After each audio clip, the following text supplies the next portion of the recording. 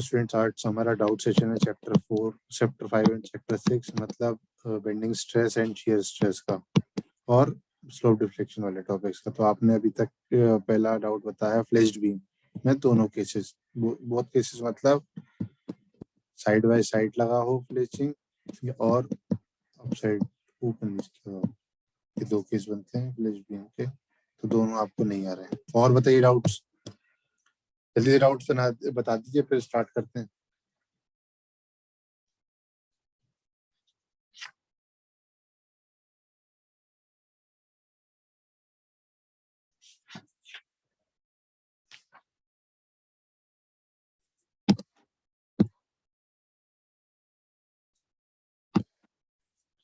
बस यही डाउट है फ्लेश्ड बीम में, फ्लेश्ड बीम बेंडिंग स्ट्रेस और शियर स्ट्रेस में, और कोई भी है आपके?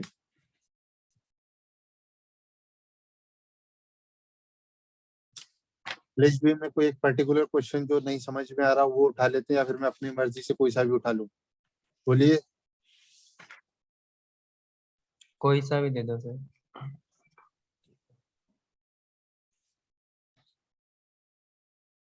स्टार्ट करते हैं। मैं एग्जांपल ले रहा हूँ।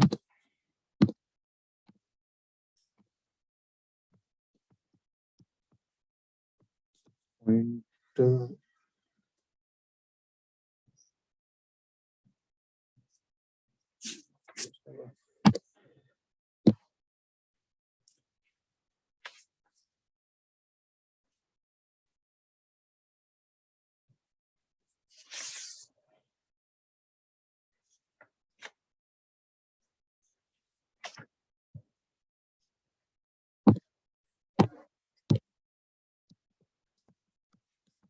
ठीक है, ये ले रहे हैं। इसमें क्या कह रहा है? Timber beam of 100 mm width. मैं क्वेश्चन पढ़ के यहाँ पे प्लॉट करूंगा, फिर उसके बाद सॉल्व करेंगे। ध्यान से सुनिएगा। A timber beam of 100 mm width and 200 mm depth, मतलब ऐसा कुछ है। 100 mm है, ये 200 mm is to be reinforced by bolting on two steel flitches on each side, or each having dimension 150 mm by 12.5 mm in the section. Calculate the moment of resistance. उसने अभी ये नहीं बताया कि कहाँ पे लगाना है, उसने बोला है कि दो प्लेटें लगानी है जिसकी विड्थ है आपकी 150 mm और डेप्थ है 12.5 mm। स्टील को मैं ऐसे कर दे रहा हूँ, वुड को खाली छोड़ूंगा, ठीक है।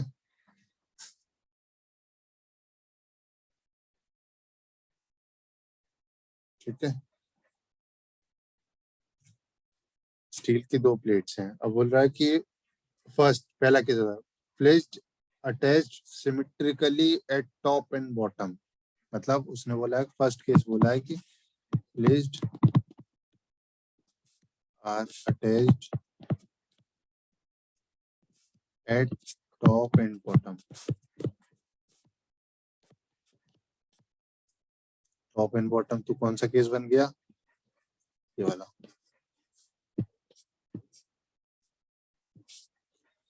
ये विड्थ कितनी है पहले बताओ? 100 mm है, 150 mm विड्थ का लग रहा है, 150 mm थोड़ा सा बाहर जाएगा।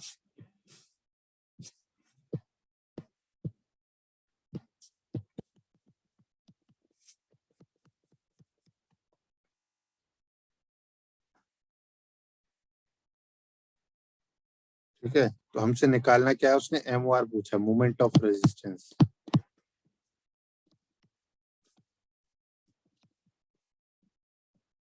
पार्थ अग्रवाल बेटा क्या कर रहे हो? रेस करो उसे जल्दी से, रेस करो पार्थ।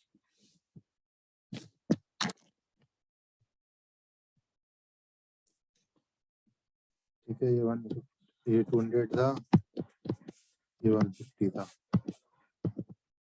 विड्थ कितनी? 12.5। क्वेश्चन उसने समझाया, समझ में आया?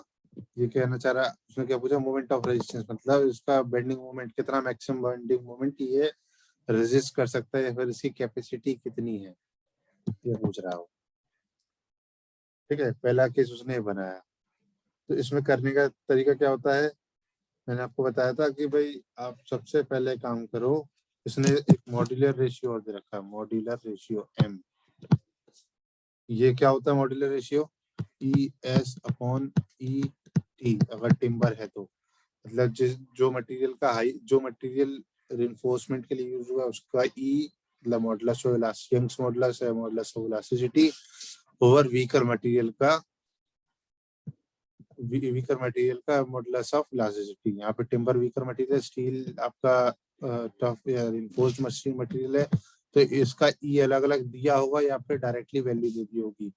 E की M की वैल्यू दे दी उन्होंने 20। मैंने आपको उस समय बताया था कि बेटा आप उसको क्या किया करो, कन्वर्ट कर लो, एक ही टाइप के मटेरियल है। ये मटेरियल था वुड का, मैं अब क्या कर रहा हूँ, एक ही टाइप के मटेरियल में कन्वर्ट कर ले रहा हूँ। एक ही टाइप मतलब या तो आप उसमें करो, इसमें आपका या तो वुड में करो या स्टील में करो। जो जनरली हमारा केस रहता है हम लोग स्टील में करते हैं, स्टील में नहीं, वुड में, वीकर मटेरियल में। तो इसमें हमने पहले वुड बना ली। अब ये जो मटेरियल है ये किसके इक्विवेलेंट होगा, और हाँ इसका ये बात बहुत ध्यान रखना कि बेटा इसमें हम वो डायमेंशन चेंज करते हैं। अब भाई देखो, अब एक स्टील की रॉड लगाओ, वो कुछ लोड लेगी आपका, उसके इक्विवेलेंट आपको वुड लगानी है, तो वुड आपको ज्यादा मोटी डायमेंशन या ज्यादा हैवी डायमेंशन की लगानी पड़ेगी। एक पतला सा स्टील का rod is equivalent to heavy wooden rod, wooden और स्टील दोनों एक ही लोड ले रहे हैं, तो हमारा स्ट्रेस स्ट्रेन कंडीशन की स्ट्रेस P अपॉन एरिया। आप पहले stress, permissible stress of steel is very much ज्यादा होती है कि आपके टिम्बर से, तो आप स्टील के स्ट्रेस रखो तो P कांस्टेंट है, area required is less in case of steel. Would में क्या होगा, area P upon sigma T। Sigma T क्या, स्ट्रेस इन टिम्बर, तो वो कम होगी परमिसिबल, तो आपका area required is greater than 80 के स्टील से। तो आप वही कॉन्सेप्ट लगा के इसको कन्वर्ट कर रहे हो। तो मैंने बोला कि वो डायमेंशन चेंज करेंगे जिससे आपका मैक्सिमम जो आपका है मोमेंट ऑफ इनर्शिया पे ज्यादा इफेक्ट नहीं है। अगर आप उसका डेप्थ वाला आपका अगर, एक सेकंड बेटा, ये मैसेज क्या आ रहा है इन लोगों का।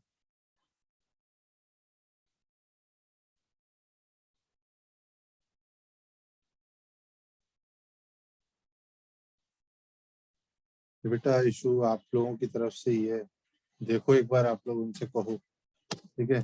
इधर से बाकियों को आवाज आ रही है, पहले कंफर्म करो जल्दी से। Yes sir.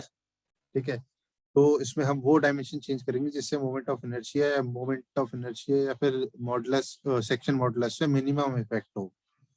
तो कौन सी डायमेंशन है, अगर डेप्थ चेंज करेंगे तो क्या होता है, MOI B क्यूब में जाता है, तो वो चेंज नहीं करते, हम हमेशा B चेंज करेंगे।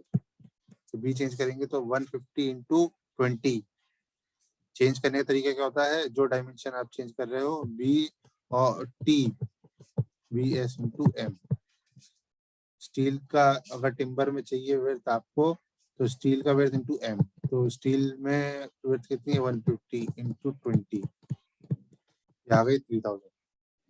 इस तरीके से कन्वर्ट करते हैं कि ऊपर अब जो लगेगा बाहर 3000 mm का लगेगा।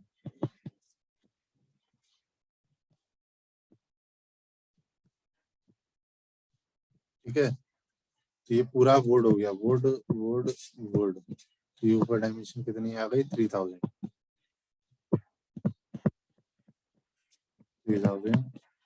तो अदर डायमेंशन की आपको पता ही है, 150, 200, 12.5। तो इसका आपको क्या करना है, एमओआई निकाल लेना इक्विवेलेंट सेक्शन का। इसकी बात हो रही है अभी, इस वाले की जो कन्वर्टेड है इसका आपको एमओआई निकाल लेना। आपको एमओआई निकालना आता है, आपको एमओआई निकालना है। एमओआई कैसे निकालेंगे, सबसे बढ़िया तरीका, आप कैसे निकालोगे, 3 पार्ट में कन्वर्ट करके ऐसे ही निकालोगे बेटा। कैसे निकालोगे एमओआई, आप कैसे निकालोगे मुझे बताओ जल्दी से। मैं जो लिख रहा हूँ उसमें आपको कोई डाउट हो तो बताना।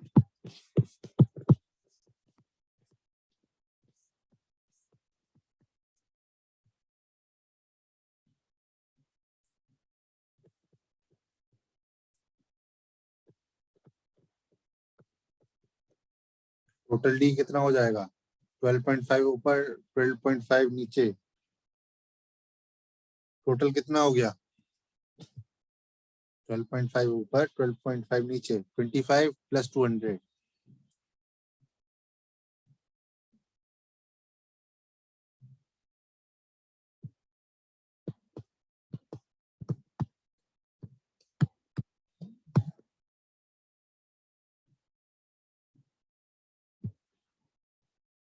ठीक है, कितना होगा, और माइनस में कर रहा हूँ मैं, कितना बी लिखूंगा, 3000 माइनस 200 डी क्यूब। डी नीचे वाला आएगा कितना, 200। इसमें किसी को डाउट है तो बताओ मुझे, एमओआई में जल्दी से बताओ।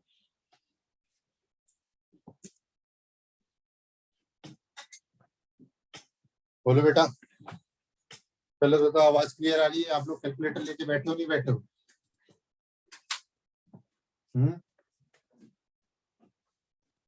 आवाज आ रही है सर आ रही है आवाज। ये बताओ, इसमें किसी को कोई डाउट है मोमेंट ऑफ इनर्शिया में इसके? हेलो सर, मैं आ गया अब। कौन है? जगदीश। जगदीश। हाँ बेटा, क्लास के लास्ट में पूछ देना, ठीक है, बता देंगे उसको। इसमें बताओ, इसको किसी में डाउट है, एमओआई जो मैंने निकाला है इसकी वैल्यू बताओ मुझे जल्दी से। बुक में आपका 3 पार्ट में लेके कर रखा है, वैसे भी कर सकते हो। मैं आपको ये बात तो बहुत बार बता चुका हूँ, मूवमेंट ऑफ इनर्शिया आपके हाथ में कैसे निकाल लो, कैसे भी निकालोगे हर किसी से आंसर सही आएगा। जल्दी बताओ, उसमें किसी को कोई डाउट है? मोमेंट ऑफ एनर्जी अभी पीछे टॉपिक निकला है बेटा, ये आई एक्स एक्स है, इसमें कंफ्यूज मत हो जाना, आई वाई वाई सोच के बैठो कि सर आई वाई वाई ऐसे कैसे लिख दिया सर ने।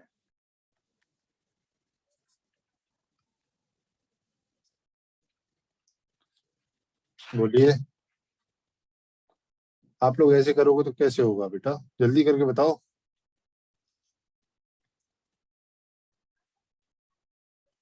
मैंने कुछ गलत किया है इसमें तो बोलो, आपको लग रहा है कि सर ये गलत हो सकता है।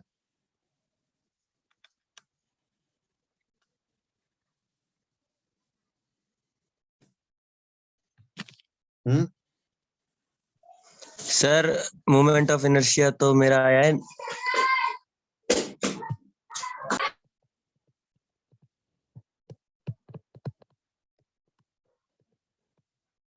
यही आया है। हाँ सर यही आ रहा है 980989583.3। हाँ तो पूरा लिख हाँ दो। 9.8 की पावर जी। इसमें किसी को डाउट है, कोई गलती है हमारी, आपको लग रहा है कि सर ये गलत कर दिया वो गलत कर दिया? तो ये क्या किया, पूरा बड़ा वाला ले लिया है, उसमें से जो जो गैप वाले थे वो माइनस कर दिए टोटल। ठीक है, एमओआई आ गया, एमओआई आ गया आपका। बेंडिंग स्ट्रेस इन्होंने परमिसिबल दे रखा है उसमें टिम्बर में, उसने एक चीज और दे रखी है सिग्मा टी दे रखा है, sigma T equals to 6 newton per mm square, ये दे रखा है इसमें। अलाउएबल स्ट्रेस इन टिम्बर क्या है? अलाउएबल स्ट्रेस इन टिम्बर है सिग्मा टी। आपका एमओआई आ गया, अब एमओआई आ गया तो एमओआई से अब आप निकाल लो। एमओआई निकाल दिया आपने, अब नेक्स्ट पेज, एमओआई आ गया। हमारे पास एम क्या होता है? मोमेंट ऑफ इनर्शिया या moment of inertia, moment resistance या MOR sigma B to Z. Sigma B मतलब बेंडिंग है, बेंडिंग का है, ये टिम्बर में भी हो सकता है, स्टील में भी हो सकता है।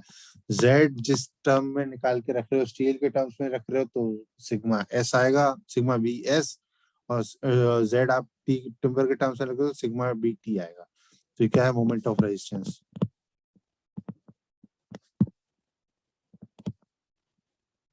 तो सिग्मा बी कितना हो गया आपका? अभी आपने देखा सिग्मा बी टी टिम्बर पे 6। अब जेड निकालना है आपको। जेड आपने एमओआई कितना निकाला?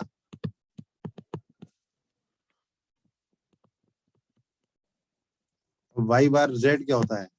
आई एमओआई ओवर वाई बार। वाई बार बता दो कितना होगा मेरे को जल्दी से।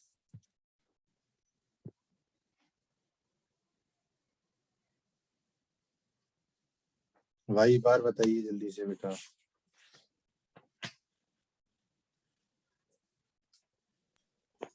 112.5।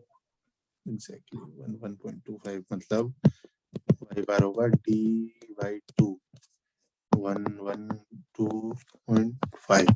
तो इसे आप निकालिएगा, आंसर आपका आ जाएगा जो भी आ रहा है। ठीक है, अच्छा इस मोमेंट ऑफ इनर्शिया की, मोमेंट ऑफ रेजिस्टेंस की यूनिट क्या आएगी? यूनिट बताइए कि किसमें है? Newton per mm square. ये क्या है? mm की पावर 4। ये क्या है? mm। तो हमारा डायमेंशन किस में आएगा? न्यूटन, mm स्क्वायर से mm स्क्वायर गया, mm स्क्वायर बचा, mm क्यूब, न्यूटन mm में आएगा। इसको आप किलोमीटर में करने के लिए, किलोमीटर मीटर में करने के लिए 10 टू द पावर 5 से डिवाइड कर दिएगा। ठीक है, 10 टू द पावर 6 से डिवाइड करेंगे, जो आएगा इसका कर लेगा 58.95 into the power 6। तो इसे आप कहेंगे 58.85 किलो न्यूटन। मैं देख पा रहा हूँ आपकी बुक में तो ये उल्टा गलत आ रहा है, 48.96 आ रहा है। नहीं 58 तो नहीं आएगा, हमने गलती की है। डिवाइडेड बाय 112.5, ये 52 कुछ आ रहा है। किसी ने कैलकुलेट किया ये?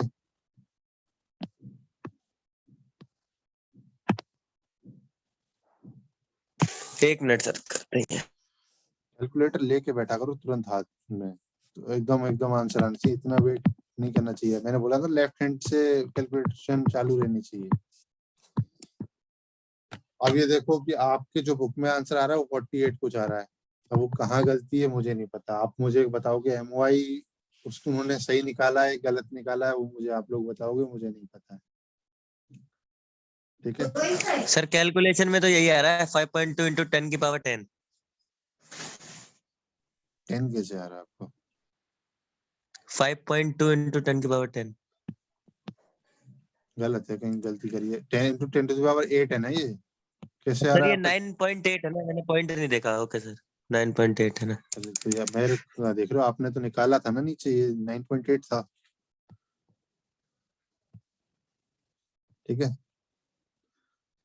चलो ये आएगा 52.3 into 10 to the power 6 आएगा ये। ठीक है, अब ये देखो कि अब इसमें आप देखना कि कैलकुलेशन मिस्टेक किसकी है, अपनी है कि उसकी है।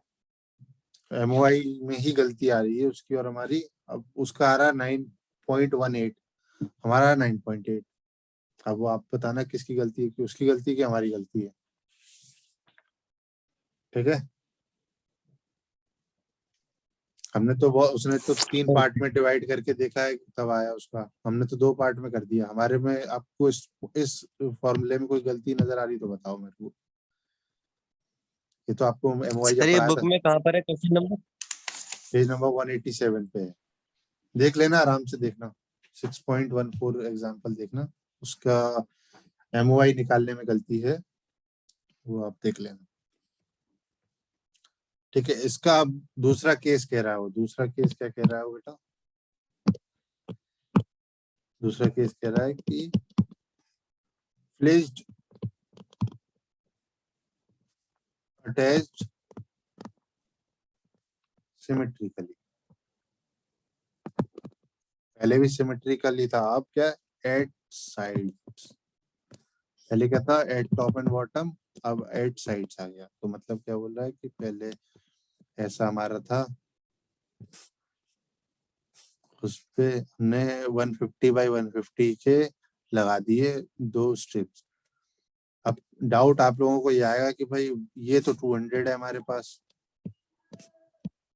ठीक है, अब हमें 150 लगाना है, कि मैं ऐसे लगाऊं 150 के, या फिर नीचे साइड में लगाऊं, कैसे लगाऊं? उसने बोल दिया सिमेट्रिकली।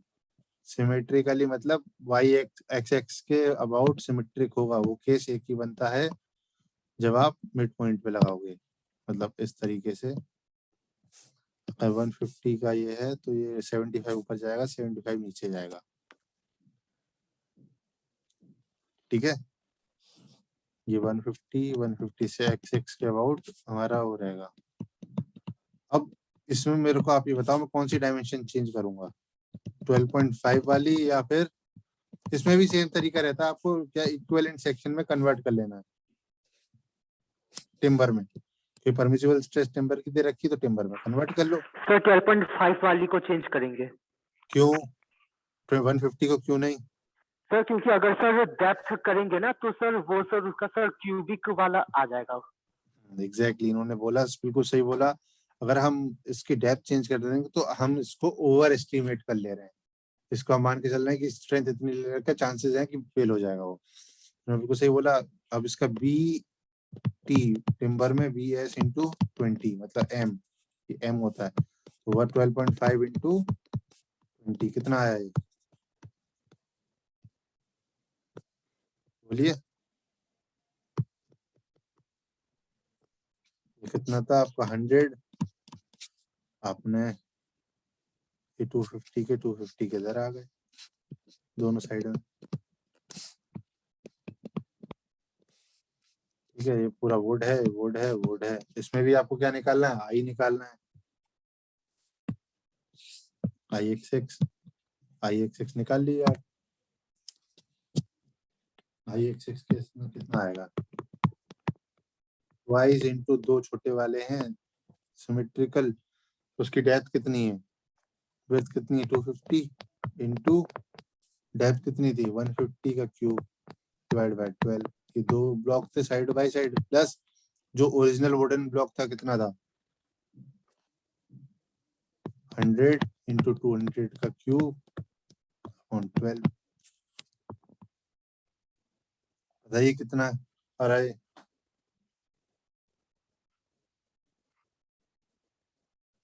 जल्दी से बताइए।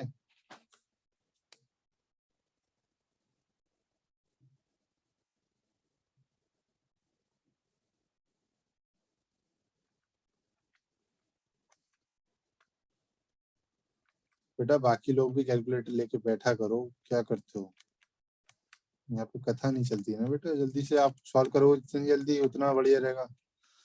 आपको पता है आप में से मेजॉरिटी ऑफ, मैंने आपके सेशनल के पेपर चेक करे, majority of people have done the mistake in calculation.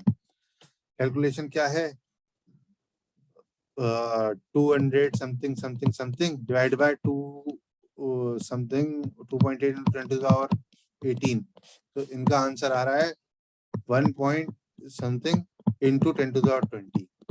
भाई आप ये बताओ 18 डिनोमिनेटर में है, न्यूमरेटर में और 10 to the power 20 कैसे आ जाएगा? इस तरीके की मिस्टेक कर रखी है बच्चों ने, ऐसी ब्लेंडर कौन सर करता एक है? बार ऊपर स्क्रीन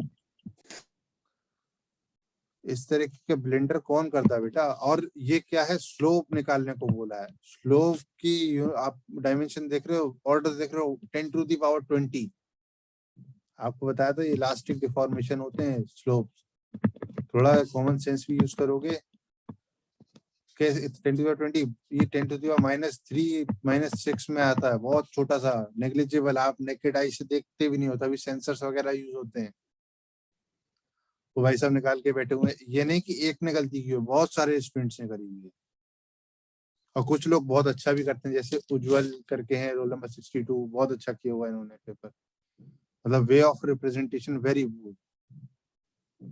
और एक तो अपने ये भी हैं,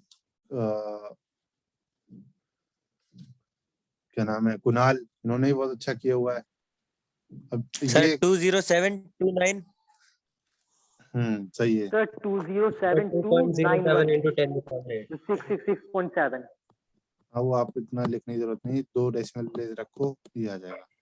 Yes, sir. ये मिस्टेक 2.07. नहीं होनी चाहिए। Yes, थोड़ा sir. कॉमन सेंस लगाया करो, थोड़ा सा कॉमन सेंस यूज किया करो बेटा। इलास्टिक डिफॉर्मेशन इस यूनिट का होता है, आपने ऐसे कैसे लिख दिया था उसमें? सिंपल फॉर्मूला बेस्ड क्वेश्चन है, 16L²/16 EI। भाई आई निकाला है, EI निकाला है, समय वैल्यू रखिए तो आ रहा है आपका 10⁻20। डिनोमिनेटर इतना बड़ा है तब भी। तो यहाँ पे आपका ये आ गया आई।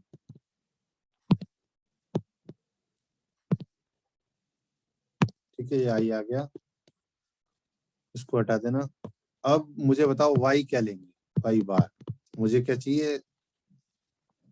z चाहिए। z क्या होता है? MOI/y बार। Y बार y बार क्या होगा यहाँ पे, बताओ जल्दी से। 100. 100 होगा? कौन कौन कह रहा है 100 होगा?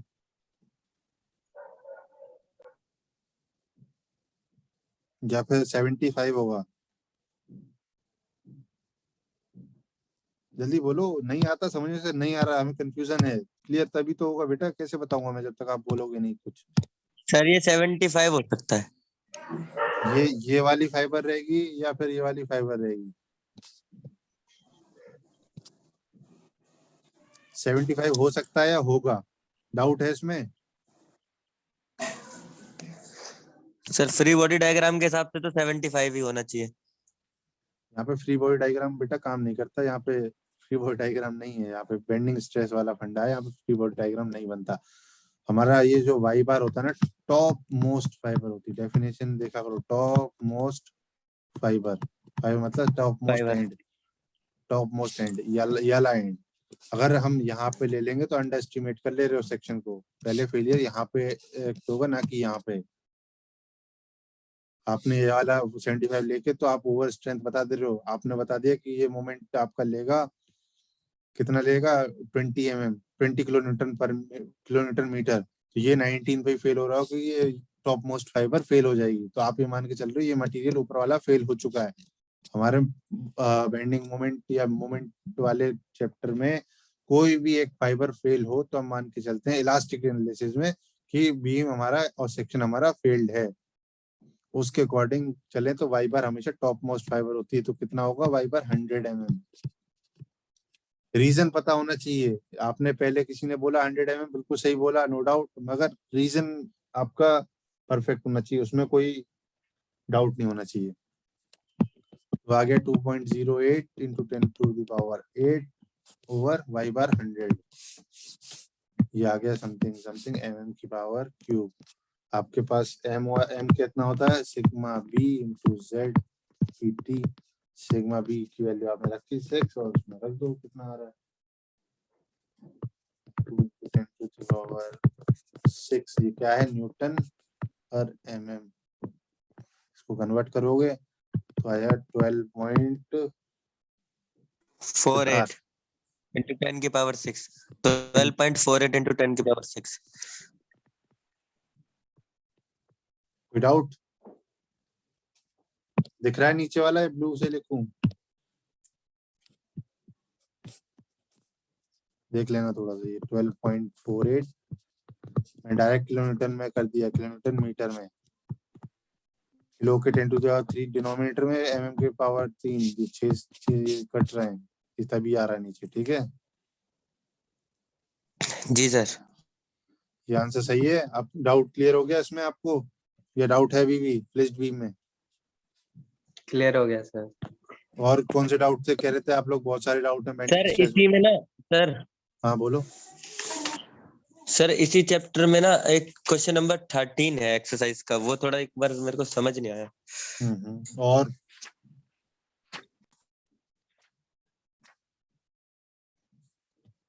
और किसी को कोई डाउट?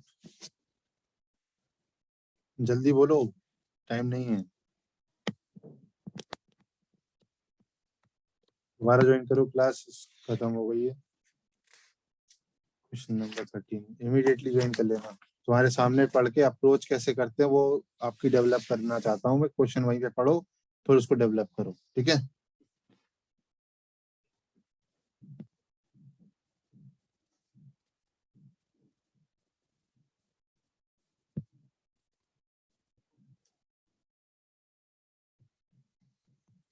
चलिए मैं भी आपके साथ ही क्वेश्चन करता हूँ, मैंने भी नहीं किया इससे पहले क्वेश्चन। पढ़ते हैं, देखिएगा कि मैं अप्रोच कैसे कर रहा हूँ क्वेश्चन को। जब कोई नया क्वेश्चन आता है अप्रोच कैसे करना चाहिए, एकदम जीरो से करके बता रहा हूँ कि क्वेश्चन पढ़ के मैं क्या लिखता हूँ क्या नहीं लिखता हूँ, ठीक है। A placed timber beam made up of steel and timber had a section shown in figure 6.54 6.54 का मैं फिगर बना दे रहा हूँ आपका। ये कुछ फिगर है कि टिम्बर दे रखा है, साइड में सील स्ट्रिप्स लगी हुई हैं।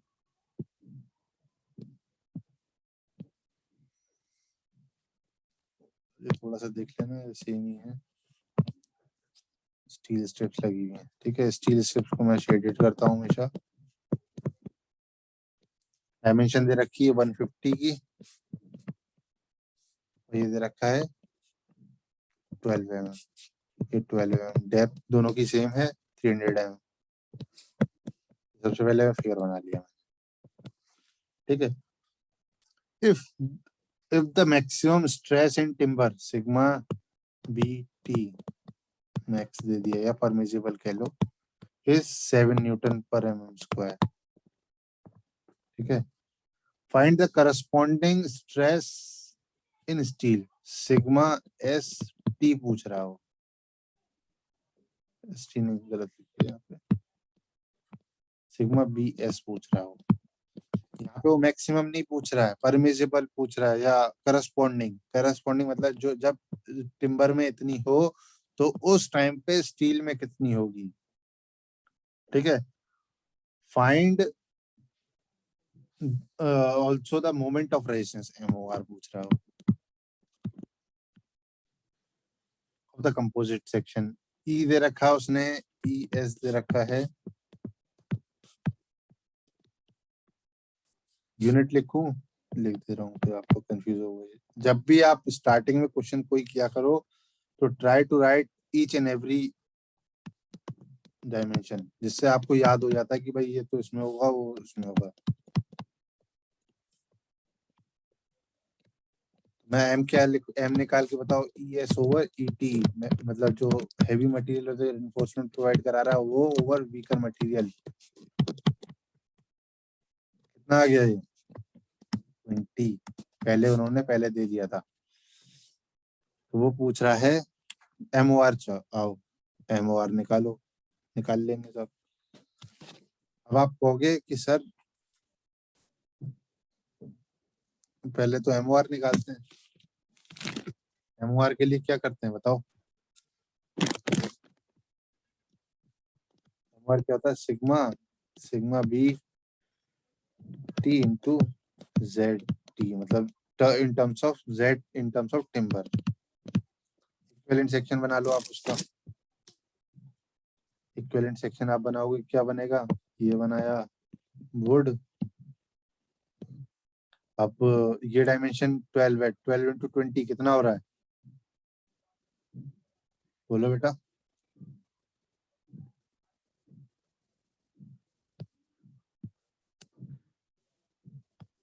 सर 12 इंटू 20 हो रहा है 240।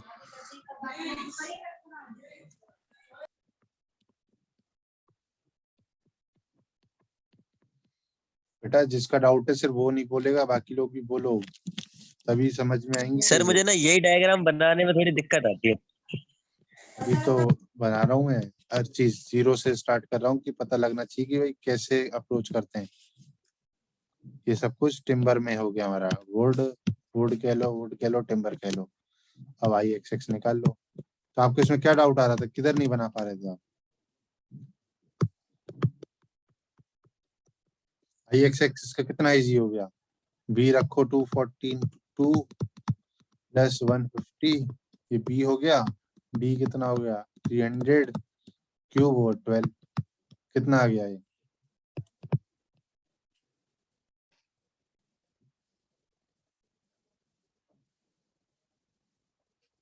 बोलिए बेटा। मैं भी कैलकुलेटर लेके बैठता हूँ एकदम साथ में कि भाई कर कैलकुलेशन रहे है। हैं सर, कैलकुलेट कर रहे हैं। कैलकुलेशन आप नहीं, आप तो कर रहे हो, बाकी लोग क्या कर रहे हैं? 240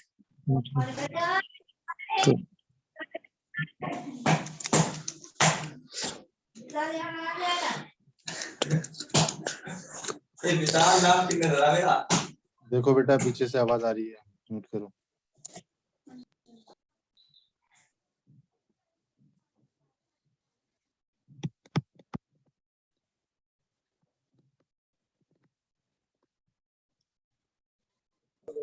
यस सर, यही है। ठीक है, वाई कितना होगा सर वाई बार? 1.41 into 10 की पावर 9। 1 हाँ ठीक है, वाई बार बताओ जल्दी से। 300/2 टॉप मोस्ट फाइबर की बात होती है हमेशा, कितना हो गया 150।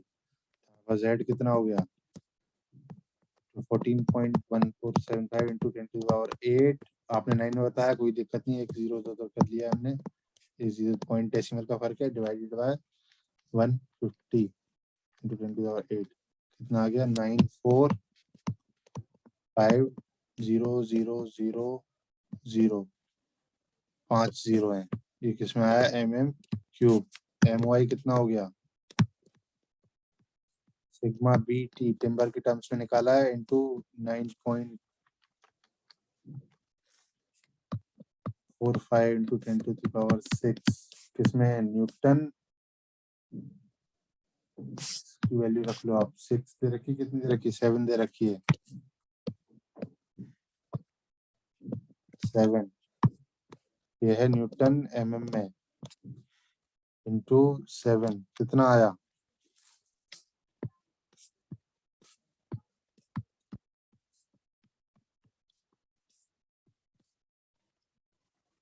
बोलो बेटा।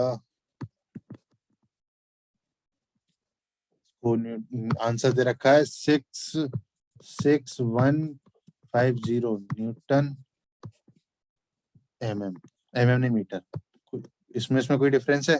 3 जीरो लगा दिए उसने उठा के, तो 3 काट दिए, आंसर यही है। आपका एक और क्वेश्चन है, स्टील में पूछा नहीं है सर, आप तो स्लोप एंड डिफ्लेक्शन में।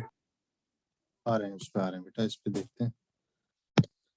एक उसमें एक पार्ट रह गया, आप भूल गए। उसमें पूछा उसने sigma B in steel when sigma B T equals to 7 newton per mm square. तो क्या होता है सिग्मा बी स्टील में क्या होता है m into sigma B T. Sigma की वैल्यू कितनी 20 इंटू 7। परमिसिबल इसकी जब टेम्बर में 7 न्यूटन पर mm स्क्वायर हो सकती है, तो उस टाइम पे स्टील में इतनी ले सकता है। ठीक है, ये मैक्सिमम नहीं है, स्टील की और ज्यादा होती है वैसे। उसने पूछा है कि करस्पॉन्डिंग जब टिम्बर में इतनी हो तब इस स्टील में कितनी होगी। ठीक है,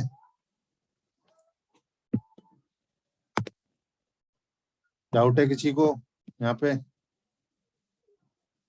आगे बढ़ जाएं। सर ये M20 कैसे आया? कौन है बेटा जल्दी बताइए। ये मॉड्यूलर रेशियो है ना ES/EC का। नहीं, किसने पूछा, ये पूछ रहा हूँ मैं। सर कुणाल। अरे बेटा एम आपने अभी तो निकाला, कहाँ खो गए थे क्या बीच में? ये क्या निकाला आपने? जिस फैक्टर से आप एरिया चेंज कर रहे हो उसी फैक्टर से आपका ओके स्ट्रेस भी सर। चेंज सर वो होता है। ना, जिस फैक्टर से आप एरिया चेंज कर रहे ओके हो सर, उसी फैक्टर से आप इनडायरेक्टली क्या देखो, एक चीज और देखो यहाँ पे, एमओआई का डायरेक्ट रिलेशन होता है एम से। या तो आप मोमेंट ऑफ इनर्शिया में चेंज करके लाओ या स्ट्रेस में चेंज करके लाओ, दोनों से सेम आएगा। आप या तो स्ट्रेस में चेंज कर रहे हो तो आपने क्या स्ट्रेस में चेंज किया, डायरेक्टली मल्टीप्लाई कर दिया एम से। आप जब एमओआई में चेंज कर रहे हो तो आप भी डायरेक्टली चेंज कर रहे हो, क्योंकि सिर्फ बी में मल्टीप्लाई कर रहे हो, बी में मल्टीप्लाई करके डायरेक्ट रिलेशन आता है इसमें। अब आप कहोगे सर वाई भी तो आ रहा नीचे, वाई क्या है, वो डी का पार्ट है, वो डी से डी कैंसिल हो जा रहा है, मल्टीप्लीकेशन में सिर्फ बी के टर्म्स में ही आ रहा है वो। ठीक है, डायरेक्ट रिलेशन आता है दोनों का, प्रोपोर्शनल डायरेक्ट रहता है उसमें। ठीक है, चलो आगे बढ़ते हैं। Okay sir, okay. यहाँ पे आपने क्यों नहीं बताए थे मोमेंट ऑफ इनर्शिया चैप्टर इसके स्लोप डिफ्लेक्शन के?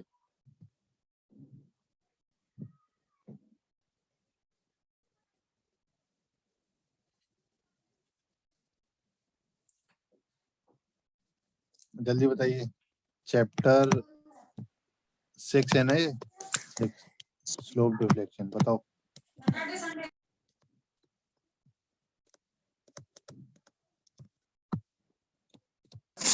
सर स्लोप एंड डिफ्लेक्शन में एक डाउट सर, ये पेज नंबर 344 पे ना जो सैंपल पेपर दे रखे हैं ना, इसमें क्वेश्चन नंबर 5 वो स्लोप एंड डिफ्लेक्शन का एक क्वेश्चन है। 344, हाँ 344 पे question number 5। A beam is 4 meter long is supported at ends, यही? Yes sir, yes. Page number 344। ठीक है, और किसी को कोई डाउट है? जल्दी बोलो। आप देख रहे हो इन्होंने कहा सारे उठा उठाए क्वेश्चन कर लिए, कहीं से भी उठ के आ जाए। बाकियों ने कितना किया बताओ? वेरी गुड बेटा, ऐसे ही अप्रोच रखोगे तो पेपर, सिर्फ हम लोगों को पेपर पे ध्यान नहीं देना है कि भाई पेपर हो जाए, हम टॉप पेपर में तो पास हो ही जाएंगे, तो ऑनलाइन है तो सभी पास हो जाओगे, क्योंकि सबको आता है थोड़ा थोड़ा थोड़ा थोड़ा करके पास तो हो ही जाओगे। आपको सिर्फ यहाँ पे पास होने नहीं आए हो, कोई एक अप्रोच डेवलप कर लो, जब मार्केट में उतरो तो आपको पता लगे कि यहाँ पे क्या होता है। आपको पता है कि यहाँ से बच्चे स्कूल से निकल के जाके thousands and thousand rupees spend करते हैं कोचिंग्स वगैरह में, क्यों? जो क्लास में पढ़ाया गया वो दोबारा पढ़ लें। जब बेटा यहाँ पे आपको फ्री ऑफ कॉस्ट इनडायरेक्टली कह सकते हो, आपकी जो कॉलेज फीस है वो बहुत नॉमिनल है, उस फीस पे आप कुछ भी पढ़ने जाओगे तो नहीं, आपने वो अचीव किया है इतना बढ़िया कॉलेज निकालने के बाद। ठीक है, उसके बाद आप उसका बेनिफिट नहीं ले पा रहे हो तो मतलब क्या बनता है? तो ये रहता है, थोड़ा सा पढ़ लोगे तो बेहतर रहेगा आपका। सब कॉलेज पॉइंट ऑफ व्यू से आ रहे हो तो नो डाउट आप बहुत सही चल रहे हो, मगर कुछ लाइफ में करना है तो क्वेश्चंस आपको एक्स्ट्रा एफर्ट डालने पड़ेंगे। आप सर फैकल्टी वगैरह सब कुछ रिसोर्सेज हैं उसका यूज करो, रिसोर्सेज यूज करोगे तो तभी तो बढ़िया रहेगा ना आपका। फैकल्टी मना, कोई फैकल्टी नहीं मना करती, आप लोगों की डाउट पूछो, कोई फैकल्टी नहीं मना करेगी, मैं गारंटी दे सकता हूँ। ना आपका मदन सर पढ़ाएंगे वो भी नहीं मना करेंगे, ना अभिजीत सर, कोई से भी सर से पता करोगे कोई मना नहीं करेगा। कॉम्पिटिटिव लेके जाओगे तो वो आइडिया दे देंगे, भले से टाइम इतना नहीं दे पाए कि भाई पूरा सॉल्व करके बता पाए, तो आइडिया पूरा दे देंगे। आप आइडिया अप्रोच करके लाओगे तो उसको चेक भी कर लेंगे वो लोग।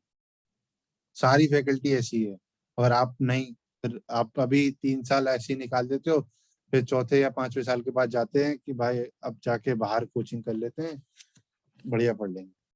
तो सेम चीज पढ़ने के दोबारा एक्स्ट्रा पेमेंट देना पड़ा। चलो पैसे सबके पास एक्स्ट्रा होता है, मगर टाइम बहुत इंपॉर्टेंट होता है। आप टाइम यूज नहीं कर पा रहे हो, अभी 1 साल एक्स्ट्रा देते हो, वो 1 साल अभी यहीं पे यूटिलाइज करके 1 साल जॉब एक्स्ट्रा करो, 1 साल लाइफ ज्यादा एंजॉय करोगे। देख लो भाई, चॉइस इज योर्स। ठीक है, अब तो ये निकल ही गया, आगे वाले सब्जेक्ट्स देख लेना क्या करना है। ठीक है, इन्होंने क्या पूछा है, ये बीम है 4 मीटर लॉन्ग है, calculate the slope and deflection of each load under point. अच्छा, slope and deflection of each load under point. यहाँ पे थोड़ा सा ये कंफ्यूजन है बेटा कि इन्होंने आपको ये नहीं बोला कि साइमल्टेनियसली या इंडिविजुअल। आपने कैसे अप्रोच किया था इसे? आपके में तो सिर्फ फॉर्मूले हैं, हमारे पास तो उसके और भी तरीके हैं करने के। फॉर्मूले आपको क्या क्या पढ़ाए गए हैं वो देखो आप पहले तो।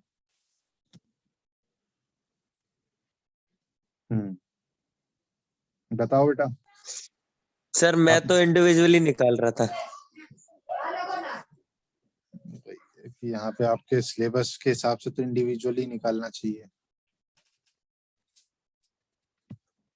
और वैसे ओवरऑल देखा जाए 20 नंबर के क्वेश्चन के हिसाब से सब जगह पूछ रहा है वो। इस पॉइंट पे इसको ABCD CD पॉइंट पे बाकी लोड्स की वजह से भी पूछ रहा है वो केस आपके में है नहीं कि भाई आपका। अच्छा, आपके में बेटीज थ्योरम पढ़ाई थी मैंने, बेटीज थ्योरम या फिर मैक्सवेल रेसिप्रोकल थ्योरम, ये कुछ पढ़ाया है ऐसा तुम्हें मैंने? बोलो, नाम सुना था इसका कभी, रेसिप्रोकल थ्योरम ये वगैरह वगैरह? नहीं सर ये है कोई मैकेवली मेथड्स है ना, इसके अकॉर्डिंग से ये शायद क्वेश्चन मैकॉले है पूरा। मेथड, मैकॉले मेथड से पढ़ाया है। मैकॉले मेथड तो पढ़ाया था शायद मैंने। हाँ सर पढ़ाया तो था, लेकिन ये मैकेवली मेथड समझ नहीं आया ना। हाँ मतलब ये पूछो ना, मैकॉलेज मेथड है आपके में, ठीक है फिर मैकॉलेज मेथड है तो उसी से बताते रहे। इसको और भी इजी तरीके होते हैं, वो आपके में थोड़ा सा आगे जाके आता है। यूनिट लोड मेथड डायरेक्ट जिसके अंदर चाहिए यूनिट लोड मेथड यूज करो, आ जाता है डायरेक्ट, जिस सारे लोड की वजह से आएगा। मैकॉलेज मेथड, मैकॉलेज मेथड क्या कहता है, क्या होता है, d/dx² = 1/e/i। क्या होता है आगे, mx, यही तो होता है।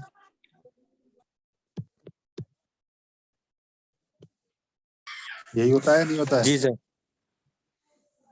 यहाँ पे y क्या है, डिफ्लेक्शन है।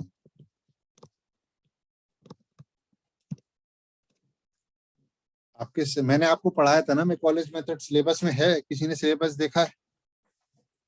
मैं तो करा दूंगा सर इसे। मेरे ख्याल से सिलेबस में नहीं है। इसी बात मत करो, देखा नहीं देखा, ये तो होना चाहिए, ये भी नहीं होगा तो फिर स्लोप डिफ्लेक्शन में है क्या? सर अभी देख के ही बता देता हूँ। 1 मिनट रुको, मैं भी देख ही रहा हूँ।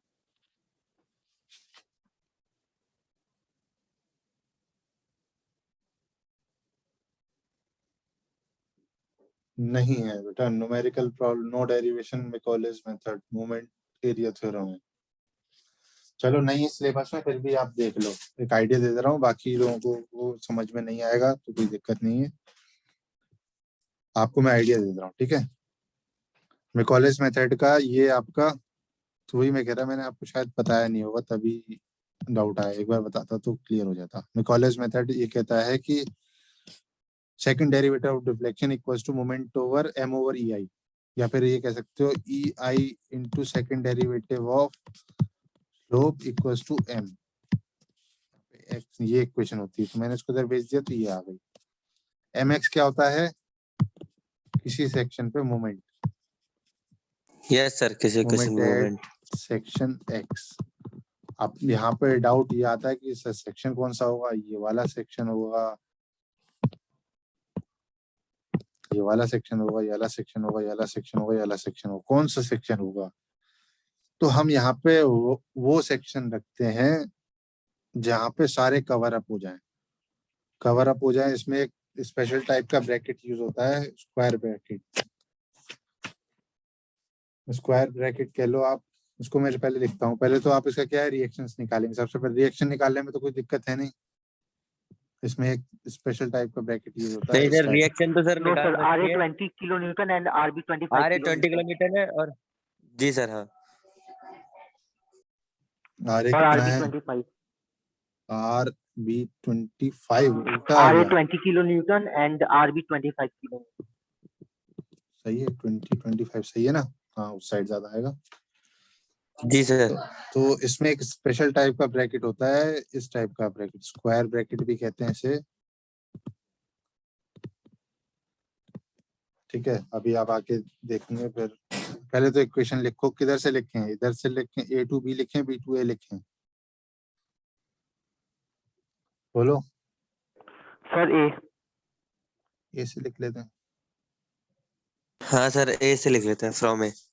ठीक है, ये मैं सबसे दूर वाला सेक्शन लूंगा मैं। ठीक है, यहाँ पे मैं बता रहा हूँ रीजन। MX लिख रहा हूँ मैं, MX। MX किधर? 20 into X, राइट? ठीक है, ये क्या है? हॉगिंग मोमेंट है, सैगिंग मोमेंट है? सैगिंग मोमेंट है, पॉजिटिव। 10 किलोन्यूटन क्या देगा हॉगिंग मोमेंट? यहाँ पे ब्रैकेट प्लस माइनस ब्रैकेट के अंदर, ये ब्रैकेट लगाओगे माइनस। आप, ब्रैकेट लगाओगे, ध्यान रखना यहाँ पे। Okay 10 sir. into X minus 1, 1 फिर आएगा माइनस जाएगा। 15 ये भी into, माइनस का होगा। ये ब्रैकेट लगाओगे बड़ा वाला, माइनस 20। 20 क्यों? 10 15 माइनस अच्छा X minus 2 bracket 1 minus 20 into X minus x minus 3। X 3, minus 3। ये ब्रैकेट, ये इक्वेशन आ गई। ठीक है, अब ये ध्यान रखना आपको कि ब्रैकेट के अंदर की वैल्यू, ब्रैकेट के अंदर की वैल्यू अगर, पहले आप इसको पहले लिख लो अच्छे से। ये MX क्या लिखते हैं हम लोग? EI dy/dx का फुल ये डेरिवेटिव 2x। ठीक है, -10 लिखो इसको। या हाँ, इसमें इंटीग्रेशन आ जाता है ना, तो कुछ लोगों को इंटीग्रेशन नहीं आता है, मैथ्स वगैरह पढ़ाई नहीं होगी या क्या था, इसलिए मैंने बताया नहीं। और ये सिलेबस में इसलिए भी नहीं। माइनस ब्रैकेट के अंदर 20 - 3। अब मेरे को चाहिए x इक्वल्स टू 1 पे डिफ्लेक्शन चाहिए। Deflection at x equals to 1। Deflection क्या होता है? y। पहले तो y चाहिए होगा मेरे को, y पहले इंटीग्रेट कर लेता हूँ मैं इसको। देखो इस बड़े ये ब्रैकेट का रोल अभी तक आया नहीं है, मैं इसको दोबारा कर देता हूँ ब्लू में। इस ब्रैकेट का रोल अभी तक आया नहीं, जब रोल आएगा तो मैं बताऊंगा इसको कहाँ यूज करना है, कब यूज करना है। मगर जो टर्म बाहर आ जाए उस एक्स से, उसको आप उसमें ऐसे ब्रैकेट में डाल दोगे, रेंज से बाहर आएगा। वो रेंज क्या होती है मैं अभी आपको बताऊंगा। पहले क्या, इसको इंटीग्रेट कर लो। 20 का कितना होता है? 20x²/2। ठीक है, माइनस ब्रैकेट ओपन 10 इसका स्क्वायर हो जाएगा। Yes sir. इस ब्रैकेट सर के अंदर सभी का स्क्वायर हो जाएगा। हाँ, /2 भी आ जाएगा। क्यूब होता, अगर स्क्वायर पहले से होता क्यूब हो जाता। यहाँ पे ध्यान रखना कि इसको मैंने एक आइडेंटिटी मान के किया हुआ है, इस वाले को, इसको एक आइडेंटिटी मान रहा हूँ। ये x-1 अलग अलग नहीं है। x-1 होता तो मैं कैसे करता? x²/2 - x। मैंने ऐसे नहीं किया है, ठीक है ना? ये ऐसे नहीं होगा, आपने एक्स माइनस 1 को पूरा एक ही वो मान लिया वेरिएबल। ऐसे नहीं होगा। हाँ, ये मैंने बोला कि जो मैंने इस ब्लू लाइन से किया ये एक वेरिएबल है पूरा, ये डिफरेंट डिफरेंट नहीं है। इस ब्रैकेट का ये भी रोल होता है। ठीक है, x²/2 minus bracket open 20x³। ये स्पेशल टाइप का है, जो इस ब्रैकेट के अंदर आएगा उसके अंदर x के टर्म के साथ जो भी टर्म होगा वो ऐसे ट्रीट होगा। मैंने इसको अलग कलर से कर दिया, कंफ्यूजन मत होना कि सर ने इंटीग्रेशन, सर को इंटीग्रेशन भी नहीं आ रहा है। कंफ्यूजन नहीं होना चाहिए वहां पे। जब भी आप करो, ठीक है। अब क्या है प्लस सी, क्या है भाई, जब इनडेफिनेट इंटीग्रल करते तो कांस्टेंट आता है C1। एक बार y चाहिए हमें, एक बार इंटीग्रेशन करेंगे, कितना आया क्यूब, डिनोमिनेटर में कितना आएगा 6। सर वो x-3 का होल स्क्वायर होगा ना? हाँ हाँ सॉरी, यहाँ पे थोड़ा सा गलती हो गई, क्यूब नहीं आएगा। हाँ सर, लास्ट में x-3 का स्क्वायर है ना, वो क्यूब कर दिया आपने। हाँ गलती से लिख दिया, अब आएगा क्यूब, वो डायरेक्टली एक टर्म आगे चलेगा हम लोग।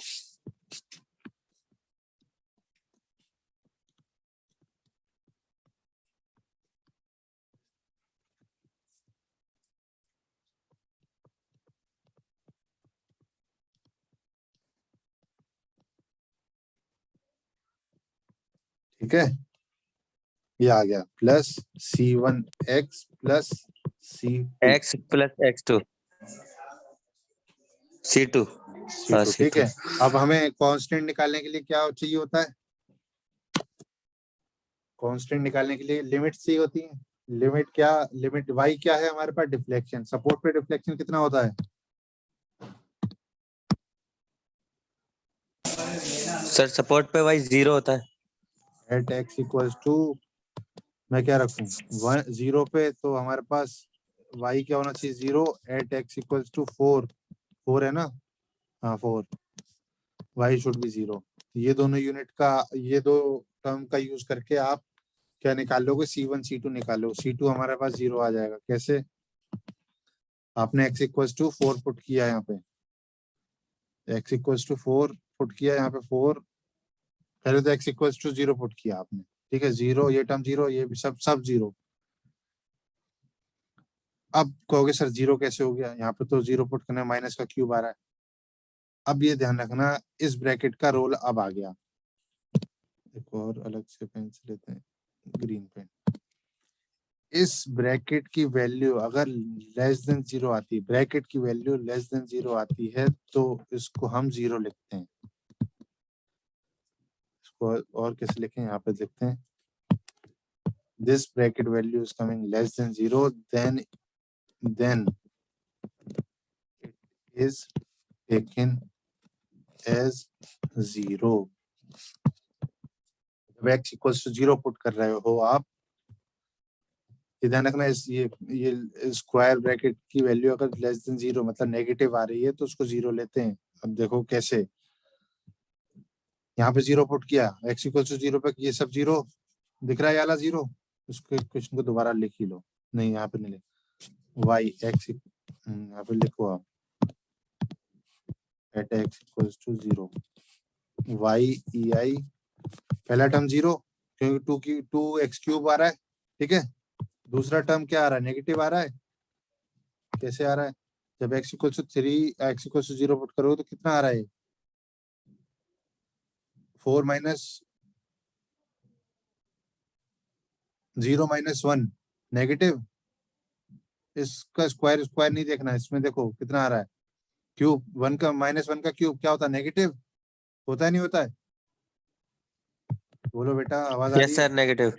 Negative, negative yes value sir. आए 0, फिर अगला वाला भी नेगेटिव आएगा 0, फिर अगला वाला एक्स सी की पावर टर्म में है वो भी 0, फिर 0 प्लस C2, तो C2 कितना आ गया, ये 0 के इक्वल, C2 इक्वल्स टू 0 आ गया। अब पुट करो x equals to 4, at x equals to 4, y equals to 0 equals to, पहला टर्म कितना हो गया, पहला टर्म क्या था 20x क्यूब था, 4 की पावर क्यूब ओवर 6, दूसरा टर्म देखो नेगेटिव साइन के साथ था, नेगेटिव साइन के साथ, अंदर कितना था 10 इंटू एक्स, मतलब 4 माइनस 1, x माइनस 4 माइनस 1।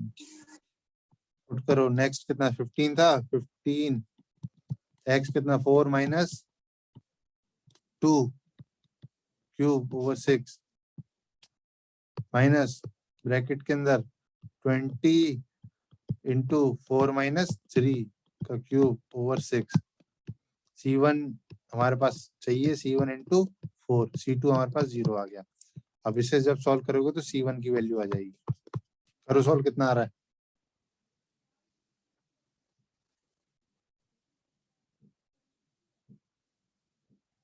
है। सर ये तो सॉल्व कर रखा है। C1 की वैल्यू आएगी -145 डिवाइडेड बाय 4।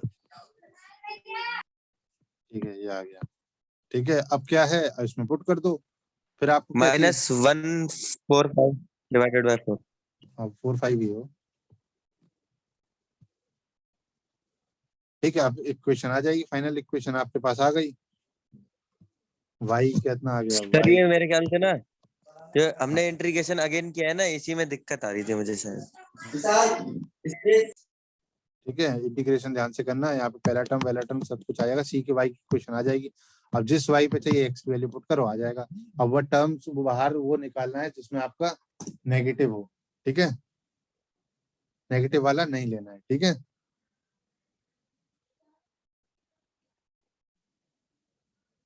क्लियर है सबको? अब